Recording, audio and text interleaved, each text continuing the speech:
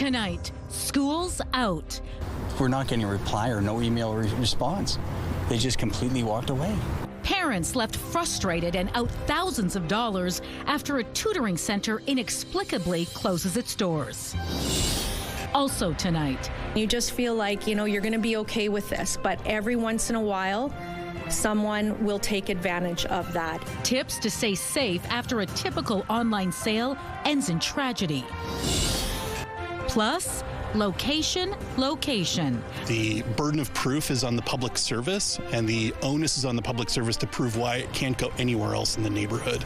A plan to turn city property into supportive housing meets pushback from residents. CTV News. Live from downtown Winnipeg with Marilee Caruso. Good evening. Thanks for joining us. A warning tonight to be vigilant when buying and selling items online. A Winnipeg man is recovering from life-altering injuries tonight after he was robbed and shot at an online meetup with another man. CTV's Harrison Shin has the details. Here in the 600 block of Marineland Street, a man in his 30s met up with a potential buyer for electronics he was selling online. But according to Winnipeg police, that deal ended him being shot and robbed. This was just such a tragic, violent, unfortunate ending to this situation. This photo, released by WPS, shows the suspect who is wanted in connection with the robbery and shooting. The seller is now in hospital. He was transported to hospital in critical condition, sustained life-altering injuries, and has now been upgraded to stable condition. The incident is sparking reminders to be vigilant when selling or buying online goods. Online platforms have become such a big part of our daily life, just, to make a few extra dollars or sell some items, get rid of some clutter. I use them frequently. We've all done it. Let's just, sober second thought, be really aware. Carmi Levy is a technology analyst, and he says a case like this is rare. It does happen, but it doesn't happen very often. That's what makes this so shocking. A simple consumer transaction between two individuals should not result in this, and yet here we are. Both Levy and police have the same message. Use one of the buy and sell exchange zones in Winnipeg police stations, or, barring that, go to big, well-lit public spaces. Do not go alone. Be sure to take a photo of the person and record their information so it can be shared. Levy adds it might even be a good idea to live stream. The more light you shine on them, the more cameras that are present, the further those camera streams go or those feeds go, the more likely it is that they'll look for an easier mark. Police say the suspect is considered armed and dangerous. Anyone with information is asked to contact the Major Crimes Unit or Crime Stoppers. Harrison Shin, CTV News, Winnipeg. School season is well underway, but Sylvan Learning Centre is closed. The tutoring company has a long history in Winnipeg, but tonight some parents fear they're out thousands of dollars they prepaid for their kids' learning. CTV's Joseph Bernacki is standing by in studio with the details. Joseph, what have you heard from parents? Marilee, parents I spoke with are upset. They feel they've been left out in the dark. One Winnipeg family fears the closure could cost them $3,000. This sign has been up at the Kenaston Sylvan Learning Centre for months. There's a padlock on the door, and that is sparking concern amongst parents who are out of pocket. What do we do next? I mean, there's thousands of dollars involved here, and we're not getting a reply or no email response. They just completely walked away. Les Thorne has been bringing his children to this center for the last 2 years. He prepaid $3,000 for private tutoring for the fall. But in August this year, the center abruptly closed. One email sent to parents said the business was closed until August 5th, but that day came and went. We've tried to send back emails, and there's nothing. We have tried to make phone calls, and all of a sudden now the lines are no longer in service. There is a second location on Henderson Highway which is also closed. CTV News reached out to the Sylvan parent company, but we have not heard back. Voicemails at the local companies were full. According to the Better Business Bureau, Thorne is not alone. In August and early September, we were receiving a number of calls weekly about Sylvan Learning Centre. At that time, we decided to look into what was going on. Our operations team did do an investigation. Henry says both Sylvan locations appear to have been closed since the middle of August, but she doesn't know the exact date. She says there isn't much parents can do when a local company like Sylvan shuts down, even if it's part of a chain. If we can't find the company, you can't take action against them. So filing a complaint or filing a lawsuit or small claims court isn't going to be particularly successful if you can't find the individuals that you're trying to put action against. Thorne says his family is in a holding pattern to see if any money can be recovered because his kids still need tutoring. Let's hope we get at least some sort of reimbursement. But let us know, what's going on. We don't have no idea what's going on. It seems that the Winnipeg locations are not the only ones who have closed recently. Joseph, where else has this happened then? Marilee, according to news reports, just within the last month, a number of Sylvan Learning Centre locations closed in Minnesota, and multiple complaints about lost payments appear online. Interesting. All right, thanks for this, Joseph. The city wants to make 5 properties available for housing, which would help address the chronic homelessness problem. Those in favor call the move exciting and bold, but there are many who say their neighborhood will have to make a big sacrifice for one of the projects. To explain, CTV's Jeff Keel joins us now live. So, Jeff, what is the issue with this location? The site is 546 Sherbourne, and residents there say the project will displace a park where children play. A plan to house people at risk of being homeless on city land is getting mixed reviews, and this small patch of green space in the West End is at the center of the debate. Don't want to lose the green space. No, it doesn't make sense. I think it's a great plan. I think there needs to be more affordable housing. A public hearing is scheduled to consider if the city should sell or lease 5 properties for $1 so social housing organizations could use the sites for supportive housing at 546 Sherbourne Street, 626 Stella Avenue, 2546 McPhillips Street, 1168 and 1172 Plessis Road, and 75 Poseidon Bay.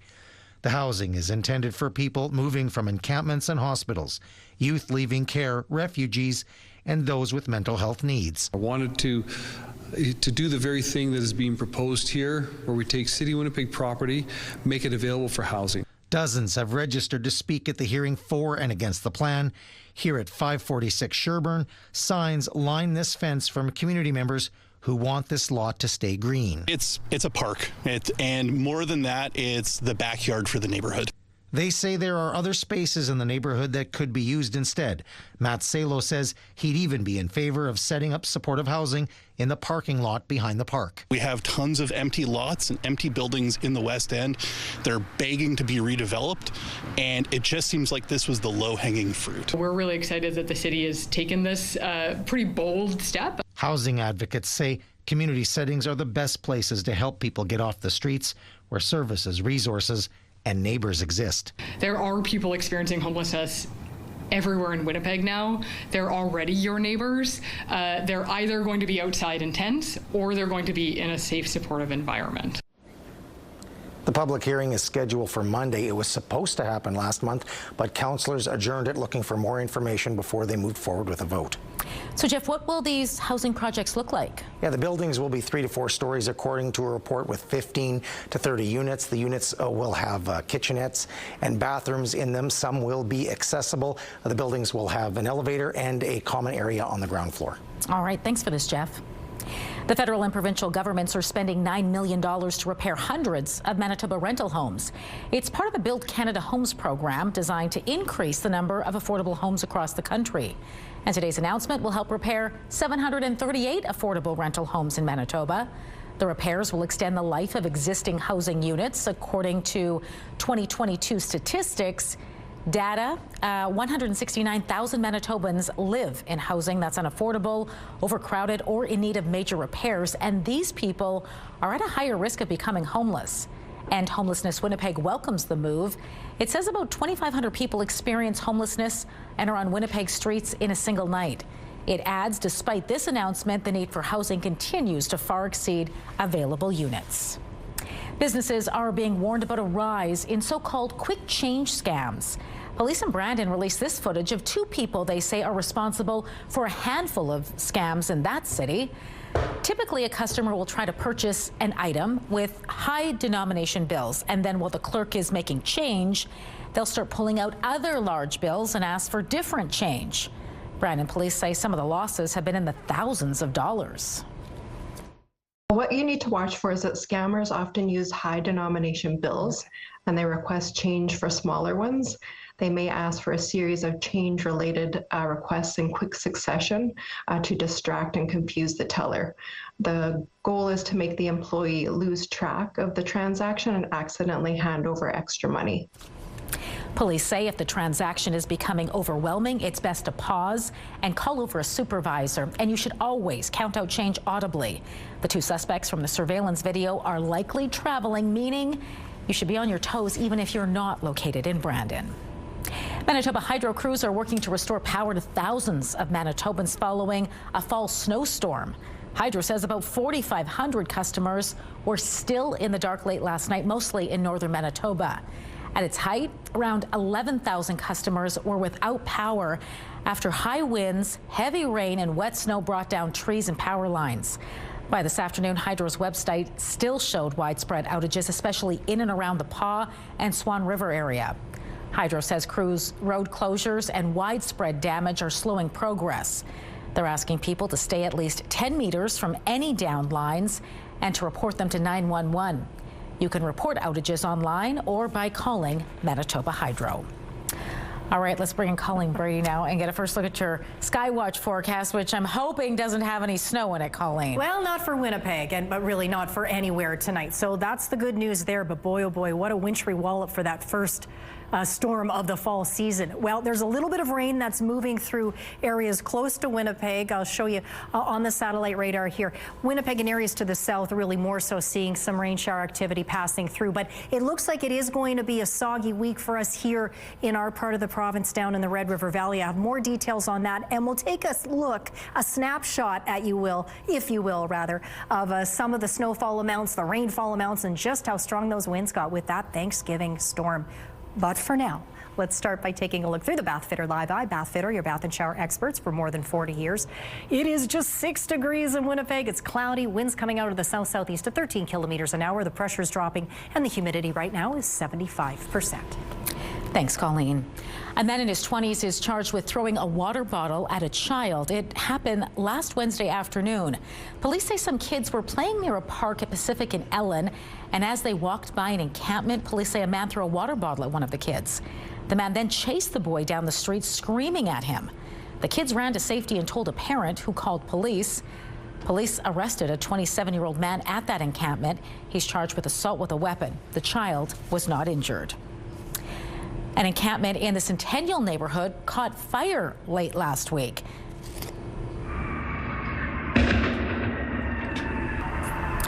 Take a look at this. In an email, the city told CTV News that around 1 o'clock Friday morning, firefighters were called to a fire at an encampment near Lizzie Street and Logan Avenue. Small explosions were seen from the fire. The city says the fire was quickly extinguished and there were no reported injuries. Flu season is right around the corner, and health officials are urging Manitobans to roll up their sleeves. It's very early in the season, and it's very important to get the vaccine now because it takes about 2 weeks for you to mount that immune response that you require to protect yourself. Flu and COVID-19 vaccines are free and available at doctors' offices, pharmacies, walk-ins, and community clinics throughout the city. The Winnipeg Regional Health Authority recommends everyone 6 months or older get the shot, especially those at higher risk of infection, including seniors and people with chronic health conditions. Every year we report that people are in hospital from seasonal influenza, from COVID-19, and they are experiencing severe illness. They are in hospital, they're away from their loved ones. There's that impact that we can't always quantify. The WRHA has a list of vaccine providers on its website. The next community clinic is happening tomorrow at 640 Main Street between 9 and 3:30 p.m. A public hearing for a proposed rate hike from MPI is now underway, but one group says the plan should raise some red flags. Manitoba's public insurer is asking the Public Utilities Board for a 2.07% general rate increase. It's also seeking a change to the minimum deductible, increasing it from $750 to $1,000. The Manitoba branch of the Consumers Association of Canada, along with the Manitoba Seniors Equity Action Coalition, have joined the hearings as an intervener. The group says MPI's plan is raising some concerns. Even though MPI is asking to increase rates for basic insurance by 2.07%, MPI also plans to collect over 9% more in revenues from its customers next year. We're also seeing trends that may lead to more expensive rates into the future. And if MPI does not effectively address these trends, MPI customers may be at risk of higher rate increases in the future. The public hearings are set to continue for the rest of the month. French language education in Manitoba is getting a multi-million-dollar boost from Ottawa. In Manitoba, French is the language of a community rich in talent, knowledge, skills, commitment, and an incredible joie de vivre. This morning, the federal government announced more than $72 million will go to French language education over the next 4 years. It's part of a new Canada-Manitoba agreement on minority language education and second language instruction. Its goal is to improve the quality of French education as both a minority language and second language in schools. Whether it be preschool, high school, university, at every level, it is important that we continue to fund and to support French language instruction in this province. And so, because there is a growing demand for French education, be it in Francophone schools in La Division Scolaire Franco-Manitobaine or in our immersion programs throughout the province, there's exponential growth. So I think it's important that we support these organizations and these institutions properly. Ottawa has a $1.4 billion plan to strengthen official language education across the country. An environmentally friendly way to get rid of your old electronics is coming to Winnipeg later this month. The Electronic Recycling Association is hosting a free electronics recycling event at the Charleswood Centre. It runs from 10 a.m. to 2 p.m. October 24th at 3900 Grant Avenue. Accepted items include laptops, smartphones, TVs, keyboards, routers, and much more. The organization is trying to keep the waste out of the landfill and, where possible, refurbish the items so they can be donated to charities and schools. Still to come tonight, relief may be on the horizon for the country's agriculture sector. That's quite a big hit to our bottom line. But not everyone can agree on how to respond to China's conditions for easing off on punishing tariffs. That story just ahead.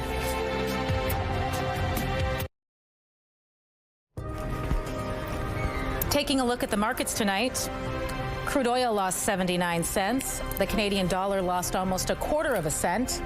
Gold added $30. The TSX gained 502 points. The Dow Jones rose 202 points, while the Nasdaq fell 172 points. Manitoba may be on the verge of a building blitz. The total value of all the building permits issued in our province shot up by nearly 38% in August on a month-over-month basis. Most of the new spending was earmarked for residential builds. This is according to new data released by Statistics Canada, which shows nationwide the value of building permits slid about a percentage point. A man was stabbed during a fight early Saturday morning while attending a costume social. Police were called to St. Vital Community Centre around 1 a.m. Saturday. Police say a man in his 30s was stabbed during a fight with another man on Overton Street. He was taken to hospital in unstable condition and later upgraded to stable. Police say the suspects fled before officers arrived. The case is now with the Major Crimes Unit. Anyone with information is asked to contact police or Crime Stoppers. A ceasefire is holding in Gaza, but there's uncertainty over the next steps as Hamas has yet to deliver the remains of 24 hostages and is reportedly regrouping military. The U.S. president says the focus now is to provide food and medicine and rebuild the beleaguered enclave. As for the 20 living hostages released to great joy in Israel yesterday, they now face a long road to recovery. CTV's Heather Wright reports. An emotional and painful homecoming as the remains of 4 deceased hostages arrive at the Forensic Institute for Identification in Tel Aviv. Learning we're only getting 4 of them was a big kick in the stomach. Rotem Cooper's father, Amiram, was 85 years old when he was kidnapped from Kibbutz Nir Oz on October 7th. He was killed in captivity. His body is still in Gaza. Families were aware that all 28 deceased hostages would not be returned yesterday, but they hoped they would be able to give more proper burials. It's very clear that Hamas is playing games, that Hamas is not really cooperating, is not really in good faith. Hamas has said it will take time to find all the bodies as they aren't sure where they are all located. Late tonight, Israel announced Hamas would release more remains. Their identities not yet known. In response to the delay, Israel said today it will delay the reopening of the Rafah border crossing into Gaza and reduce the amount of aid allowed in. By how much and for how long is not clear. In Gaza City, bulldozers cleared piles of rubble today, a first step in allowing people to return. But with limited equipment and an estimated 84% of the enclave destroyed, according to the UN, it will be a lengthy process. We don't have enough equipment, enough loaders or bulldozers to carry out this work. As Gaza begins to rebuild, questions remain about the durability of this ceasefire and the future of the enclave where Hamas has been trying to reassert itself in recent days. This video, reportedly taken in Gaza City, shows Hamas fighters rounding up several men in a circle and shooting them. The bottom line is this really a peace deal, or is this only a hostage release deal plus a temporary ceasefire? It's still unclear, but I'm fearful that it's more the latter than the former. Today, the United Nations put a price tag on how much it will cost to rebuild the enclave, $70 billion, with at least $20 billion needed over the next 3 years. Heather Wright, CTV News, Tel Aviv. Donald Trump's latest round of new tariffs are now in place, with Canadian lumber taking a hit. As of today, softwood lumber and timber products are subject to a 10% tariff. Upholstered wooden furniture, kitchen cabinets, and vanities will be hit with a 25% levy. Some of those tariffs are set to rise on January 1st, as high as 50%. The United States imports most of its lumber from Canada.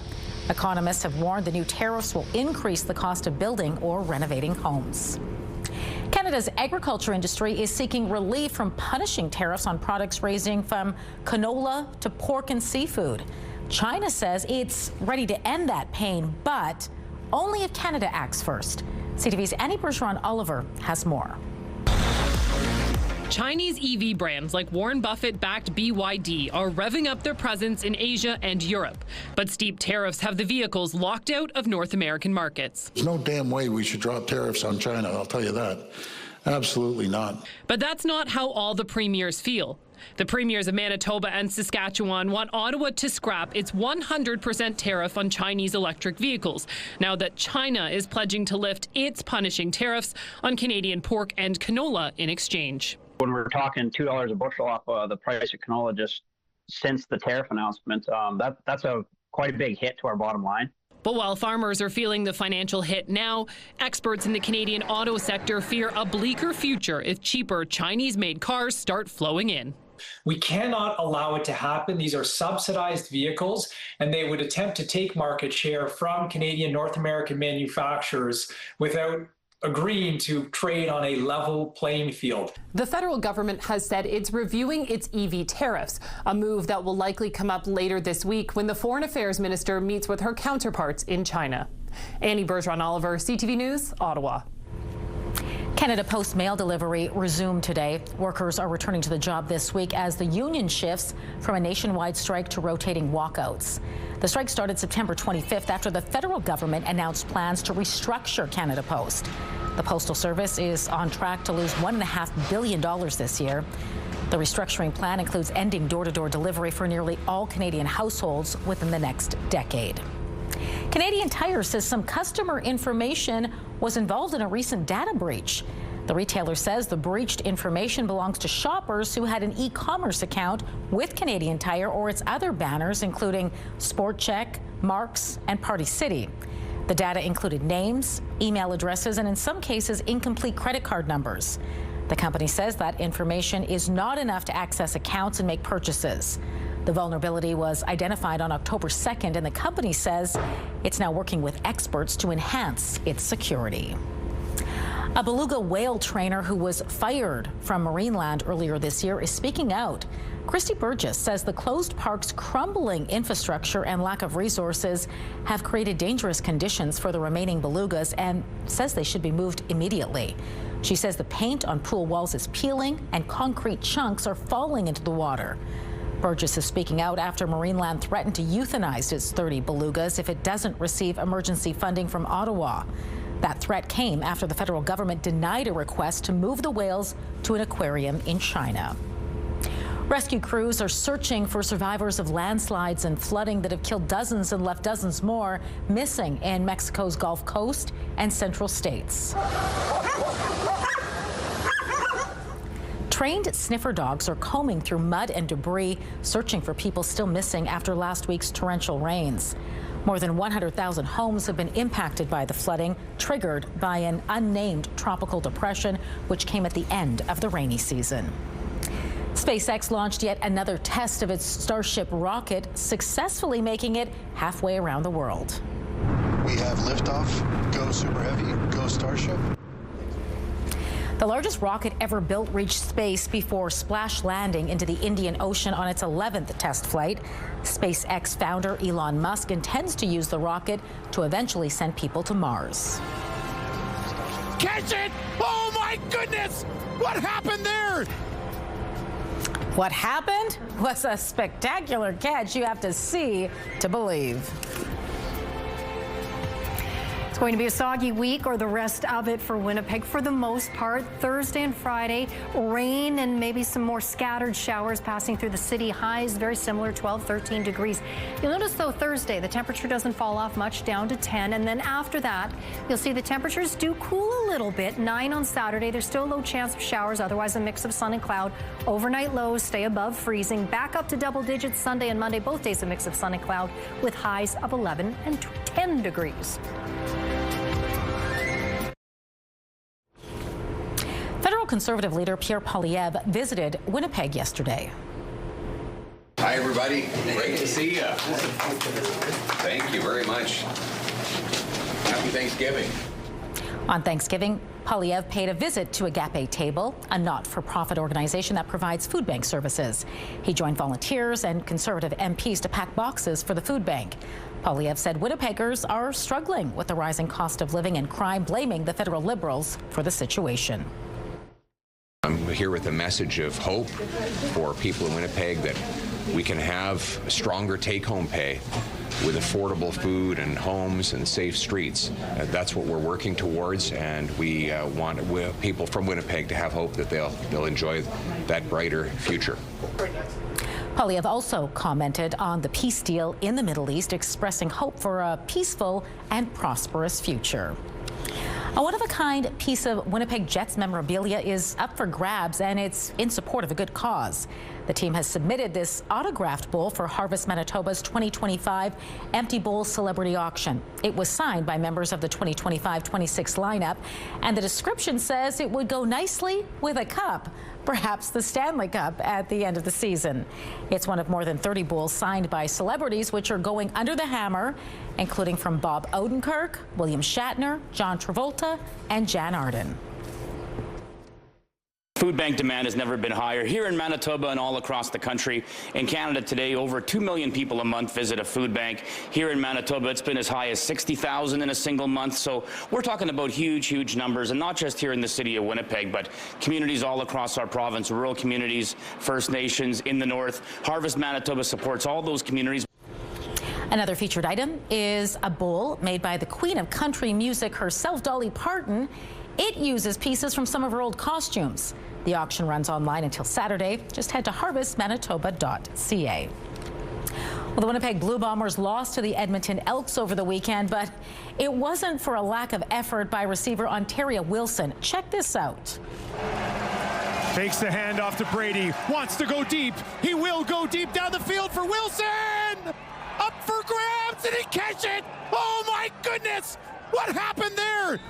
Oh my goodness is right. Wilson managed to hang on to that 35-yard touchdown pass, but just barely after it bounced off both his and the Elks players' hands multiple times. It happened in the closing minutes of the fourth quarter of Sunday's game. Despite the impressive show of dexterity, the Bombers fell short in this one, 25-20.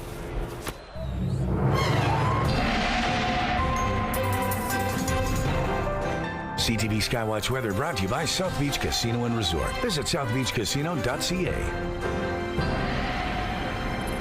All right, Colleen Brady is back now with your complete Skywatch forecast, and shout out to all those people up north with sure shoulders and arms from all that snow shoveling. I saw lots of family in Flin Flon. They got a ton of snow, Colleen. They sure did, and a lot of other places got an awful lot of precipitation, be it snow, be it rain, be a bit of both. Here's just a few numbers. This is really just a snapshot, folks, of a few places that got an awful lot of snow. Snow Lake, 35 centimeters. Thompson received 20. Flin Flon right up there, too, with 12 centimeters. Now, Environment Canada refers to measured liquid as a rain measurement or a melted snow liquid equivalent. This is measured in millimeters. The Paw, 67.5 millimeters measured there. Swan River, just over 52. Norway House, 33.3 millimeters. And then on the backside of this low pressure system, southwestern Manitoba had some exceptionally strong wind gusts. Minnedosa, Brandon, Austin, just to name a few places, saw wind gusts in that 85, 87 kilometer an hour range. Quite the wintry wallop for the first major storm in Manitoba of the fall season. We have a little bit of a rain shower activity now in the southeast, clipping Winnipeg, but more so areas further to the south. But you can see this is all pushing east into northwestern Ontario, but the bulk of this rain is falling on the other side of the international border, pretty much swallowing up most of Minnesota, including Minneapolis this hour. Much further north, we have an upper ridge of high pressure over the eastern prairies, so there's a little bit of cloud now in the north. It's going to clear out as you get through the next few hours and overnight. Meanwhile, down here in the south, we'll see some clouds stick around the Winnipeg area and areas closer to the international border. A little further to the north, the Interlake Central area should be a little clearer. Northwestern Ontario, cloudy into tomorrow morning. Low chance of showers early in the morning in northwestern Ontario. Dry here in Winnipeg and the surrounding areas for now. Sunnier much further north, but you can see we're keeping our eyes peeled on what's coming to the south. More rain, and a substantial amount of rain is heading into southern Manitoba, including places like Winnipeg and Brandon. You can see it continues to march further north as we make our way through Thursday. For tonight for Winnipeg, 3 degrees. There's still a chance we could see some showers yet this evening. Light winds out of the southeast. About 5 degrees for the commute tomorrow morning. Cloudy throughout the day, up to 11 in the afternoon with light southeast winds. Up into the north tonight, cloudy to start, but you'll see clearing overnight, but these overnight lows getting right to freezing, and Churchill staying just above for the rest of the region. Thompson slips to -3 overnight. Sunny around the region tomorrow. Churchill, it'll get a little cloudier in the afternoon, up to 7 degrees there. Thompson, sunny and 7 for you after 20 centimeters of snow over the long weekend.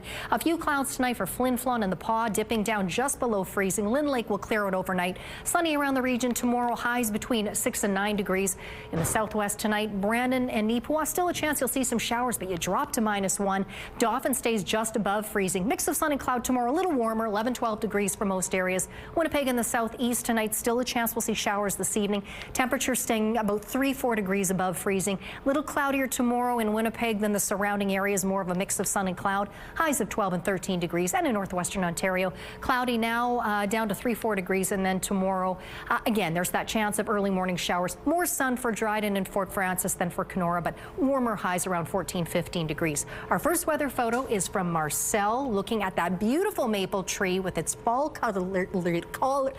color leaf. That's what I'm trying to say. That was just west of St. Pierre-Joli at their cabin there. Contrast that with this. 35 centimeters of snow fell in northern Manitoba, including Snow Lake. That's where that was measured. That photo is from Amy. Send us your weather photos to winnipegweather@ctv.ca. The CTV Skywatch Pick of the Day is brought to you by MJ the Musical at Centennial Concert Hall, November 5th to 9th.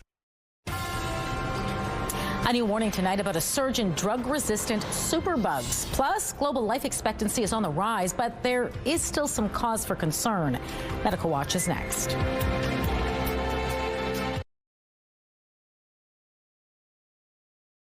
The Earth has reached its first catastrophic tipping point for human-caused climate change, according to a new report by scientists in Europe. They say warm water, coral reefs now face a long-term decline, and warn the world is also on the brink of reaching other tipping points. Joining me now to explain is Alex Crawford, a climatologist at the University of Manitoba. Alex, good to speak with you. Thank you for having me. First, can you give us an idea of what this milestone means for global climate stability? Yeah, so for this particular tipping point, it's really an impact on ecosystems and human systems as opposed to something that's going to feed back in a major way on the climate system. With coral reefs, they provide the basis of a lot of the marine ecosystems that we have, especially in the tropics and the subtropics, and they provide the economic livelihood because of that basis for fisheries and people and tourism and many other industries. What made the reefs the most vulnerable to, hit this first milestone?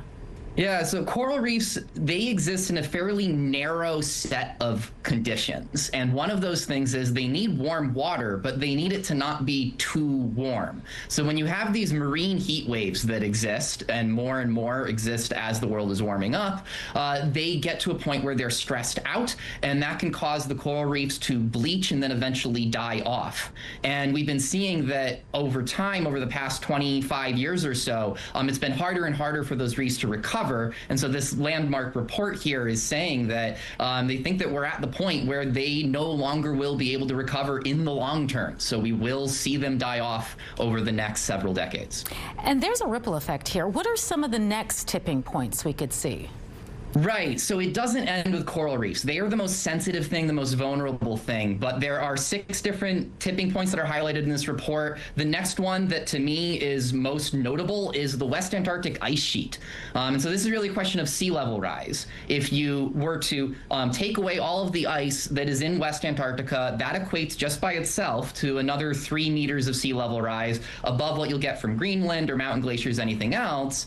And the thing with this ice sheet is that it is sensitive to tipping points. What I mean by that is that it's possible to put it into a state where even if you stopped greenhouse gas emissions, even if you started cooling things down again, it would continue to fall apart over the next several centuries. And the warmer we make it, the more likely it is we trigger that irrevocable collapse. Is there a time frame for when we could see this happen, the next stages of this? Right, and that's the really tricky thing. With West Antarctica, it's one that we don't know nearly as well. The coral reef one has been predicted for a while, and it seems to be coming to fruition, but there's still uncertainty with West Antarctica. It might be that it takes about 3 degrees of warming to really trigger that, which might not even happen this century. We could avoid that. That one is a very good point of optimism there. On the other hand, the worst case scenario is that we're actually already seeing it start. And that's one of the things that researchers both here at the University of Manitoba and around the world are trying to determine right now. When we hear the term tipping point, it almost seems like it's too late. Is there time to reverse some of this? You hinted there is some optimism. Well, so according to this report, there isn't more time for the coral reefs, and I think that's what makes it most alarming. For something like the West Antarctic ice sheet or any of these other tipping points they're talking about, we haven't hit them yet, or at least we're not sure we've hit them yet, which means that there is reason to still try to keep the warming down and to keep the warming from exceeding 1.5 degrees Celsius, or if it does go over that, try to bring it back as soon as we can. The one other point of optimism I really do want to make sure is clear: not everything in the climate system is a tipping point or has a tipping point. Arctic sea ice and polar bear habitats, there's no tipping point there. If you think about like extreme flooding events or droughts, those are the sorts of things that if you cooled the earth back down, they would go back to what they were like before. So not everything is a tipping point, but something like coral reefs, yeah, that absolutely is. Well, Alex, I want to thank you for your insight into this tonight. It was great speaking with you. Yeah, thank you for having me.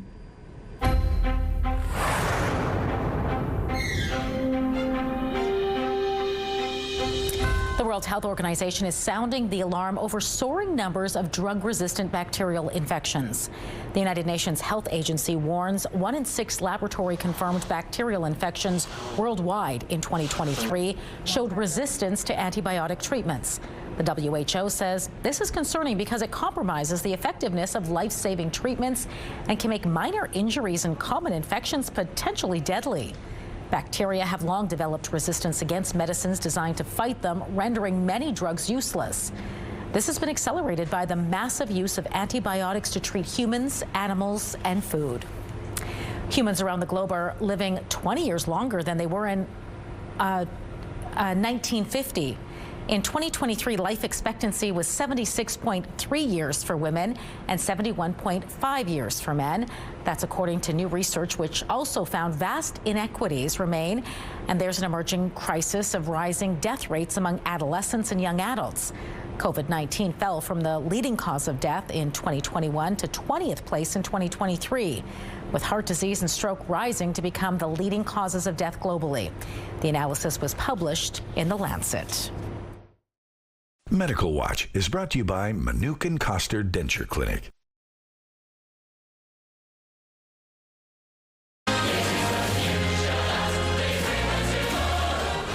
One of the most acclaimed musicals of the generation is getting ready to take the stage in Winnipeg when you can catch Les Miserables just ahead in Spotlight.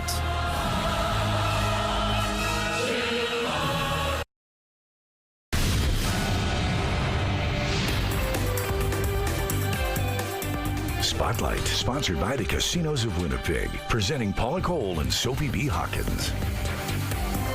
One of the world's most popular musicals is heading out on a global tour with a stop right here in Winnipeg.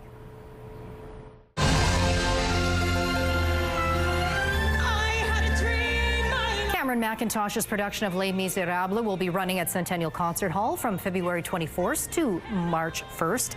The acclaimed musical is set against the backdrop of 19th century France and tells a tale of justice, morality, and the search for redemption. Tickets go on sale Monday. Just head to BroadwayAcrossCanada.ca or Centennial Concert Hall's website. And our city will also play host to a well-known East Coast rock band.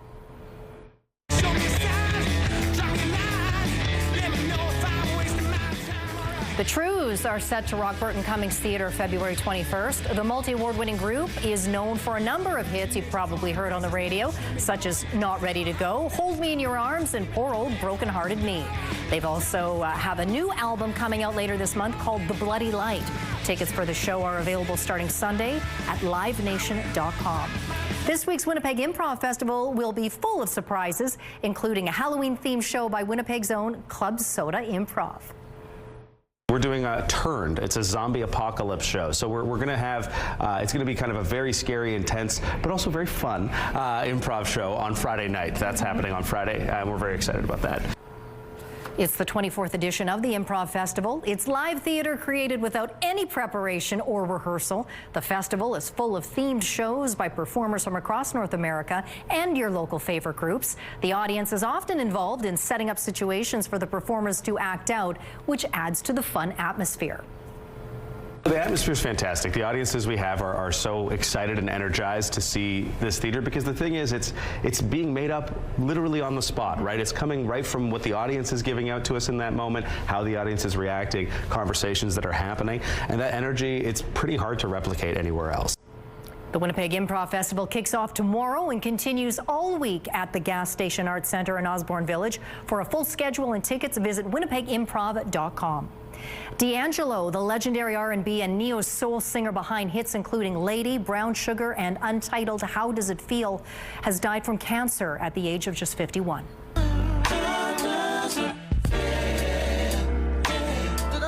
The musician's family confirmed his death in a statement that said, quote, "The shining star of our family has dimmed his light for us in this life.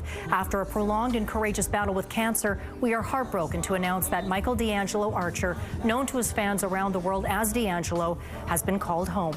D'Angelo was regarded as one of the most influential R&B artists of his generation. He was just 21 when he released Brown Sugar. Your primetime lineup starts at 7 with The Voice. High Potential follows at 9, and MasterChef Canada wraps things up at 10. It's all right here tonight on CTV. It has a few scratches here and there, but still, it's an amazing piece to have. For the love of coffee and donuts. Still ahead, meet the Robbins Donuts superfan who's brewing up quite a memorabilia collection when we return. Women's clothing provided by R.W. & Company. Salon services provided by S&T Spa Salon. Well, our coolest temperature heading into the day, -2 early this morning. 6 was our high. Normal high for this time of year is 10 degrees. So tonight, still that outside chance. We'll see some showers this evening. Otherwise, mostly cloudy, down to 3. Cloudy on Wednesday for the most part. If we're lucky in the afternoon, more of a mix of sun and cloud, 12 degrees. Then we turn soggy, rain and showers. Thursday, Friday, highs of 12 and 13 degrees. Into the weekend we go. Low chance of showers Saturday, drier and a little warmer Sunday and Monday. Thanks, Colleen. A home in North Point Douglas is brewing with a massive collection of memorabilia from a Canadian coffee shop chain. All right, let's go check out the robin's nest. Huh? Come on in. Ronald George Moore is the curator of this Robin's Donuts collection. Items include figurines, mugs, containers, a license plate, a pair of whiskey glasses, and a decanter with the Robin's logo. I mean, who knew all this stuff existed? Moore says one of his prized possessions is a gift from his fiancée, a neon sign. Moore says a lot of people really get a kick out of looking around. Be interested in checking it out, so that's kind of cool. It's not like I have tours or anything, you know, but yeah, usually people are pretty positive, and just because it's kind of a unique thing to collect. I don't really know anybody who's collecting Robin's Donuts memorabilia, you know, so it's fun for me, and if anyone else gets a kick out of it, you know, good for them. Moore, obviously a big Robin's fan, so he probably already knows this fun fact, but for those that don't, the very first Robin's Donut store opened in Thunder Bay, Ontario back in 1975. For those familiar with Thunder Bay, right on Memorial Avenue. There you go. I've enjoyed a couple Robins there. That's right. Once or twice over the years. Have a good night.